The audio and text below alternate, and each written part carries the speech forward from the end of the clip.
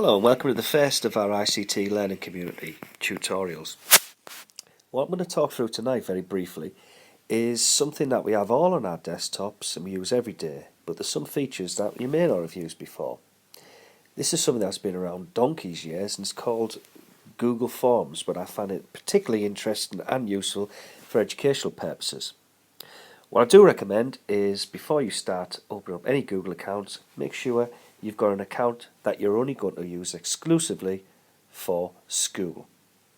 So once you've set that up, sign in and we'll get started. Once you have signed in, it'll open up this screen here.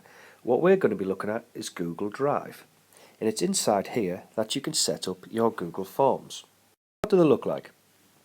Once you've opened up that, you'll get a screen a bit like this.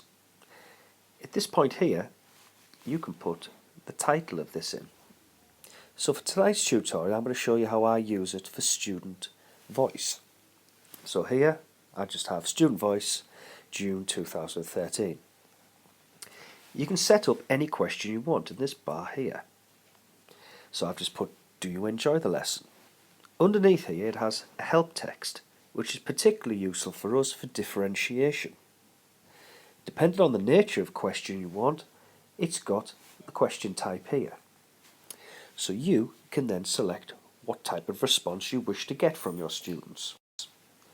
If I wanted a more prolonged and in-depth response, I'd have them reply as text or as paragraph of text. If I just want quick, checkboxed, list or scale, you can just select them depending on the nature of response you want to develop from your students. So once you've decided on this, set your question. If you want to add another question, just keep adding them there and you can have as many as you want. Once you're happy with all that, let's have a look at how we can start making it a bit more interesting and user-friendly for our students. Selection then. This is what it looks like when you go to the live form. Now that's a bit boring. So if you go back to edit this form here, you can make any amendments. So say you notice a spelling mistake or you want to change anything. You, as the owner of this form, can edit it. That was a bit boring, so here it gives you all the different themes you can select. So for tonight's one, I'm feeling particularly flamboyant. I'm going to select Cherry Blossom. So I OK that, and it looks like. Again, you can edit at any point.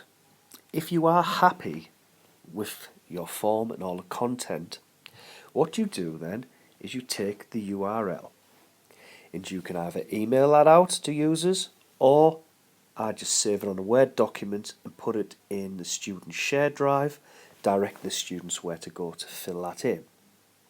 So if it was for staff responses, you could just send that out to staff or you could just save it for the students. So they fill it in, and if they have filled in all the options, they then submit it. So what use is this to us? Well, the finished product is rather sophisticated and very looks like. Now bear in mind, I've only got one selection here, but it completely analyses all of your data. So it'll give you percentage breakdowns, responses, and you can present it in a number of different ways. Again, there's not much on this one here tonight, but it can cover as a complete massive page of all the information already analysed and collated for you. So you don't have to do anything with it. So if you were doing a student voice for your class, you could just take this, print this, put this in your active file and there's the evidence. Leaders of Learning could do the same for full cohorts.